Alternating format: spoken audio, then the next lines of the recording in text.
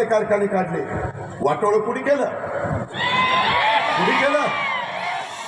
आज दुसऱ्याला चालवायला कारखाने देता आणि तुमच्यामध्ये धमक नाही साखर कारखाना चालवायची. आम्ही साखर कारखाने चांगले चालून दाखवतो.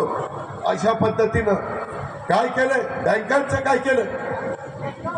काय परिस्थिती आहे? आज इथं एवढी आर्थिक सुबत्ता होती. आम्ही सगळं सांगलीचं उदाहरण द्यायचो. सगळ्यात मोठा आमच्या महाराष्ट्रातला शेतकरी सहकारी साखर कारखाना, नंतर वसंतदादा सहकारी साखर कारखाना म्हणून ओळखला गेला. परंतु ते आता कोणतरी दारू आहे आणि तो दारू तो कारखाना चालवतो आणि आम्ही तर तोंडाकडे बघतो. अरे माणसं, ही तुमची परिस्थिती. तुम्हाला कारखाना चालवता येत नाही आणि खासदार व्हायला निघाला.